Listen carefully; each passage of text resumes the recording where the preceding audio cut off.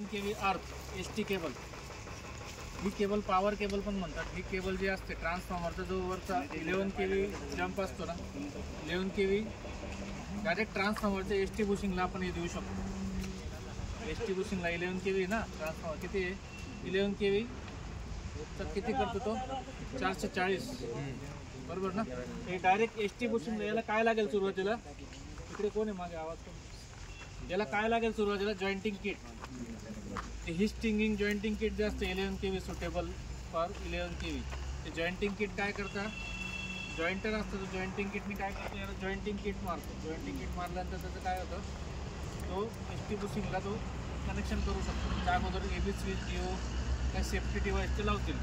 कधी कधी S S combined boss असतात, एस एस कंबाईंड आलं सी एस एस युनिट असतात, कॉम्पॅक्ट सबस्टेशन असतात, तिथे ए बी स्विच डिओ छोट्या अशा डब्यामध्ये असतात। जेव्हा टू पोस्ट स्ट्रक्चरच्या ऐवजी छोट्या डब्यामध्ये ए बी स्विच डिओ बसवलेले असतात। ए बी स्विच डिओ जे असतात त्याच्याऐवजी टू पोस्ट स्ट्रक्चर हा ऑप्शन आहे।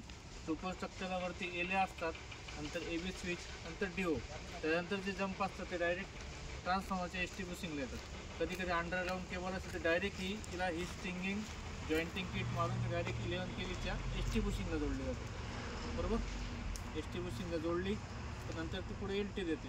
म्हणून ही केबल कोणती 11 केवी अर्थ एस टी केबल, याच्यावर काय लिहिले आहे, अपार कंपनीचे आहे। अपार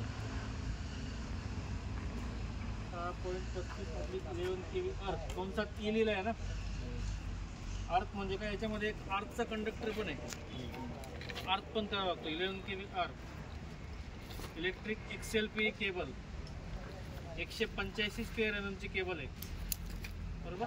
याच्यावर मीटर मार्किंग पण असते, किती मीटर आहे काय ते सगळं, म्हणजे किती वापरली आपल्याला तर माहिती आहे। आपण आपल्या सबस्टेशनमध्ये छोट्या सबस्टेशनमध्ये बघितलं मीटर मार्किंग वगैरे, बस हे कंडक्टर होते।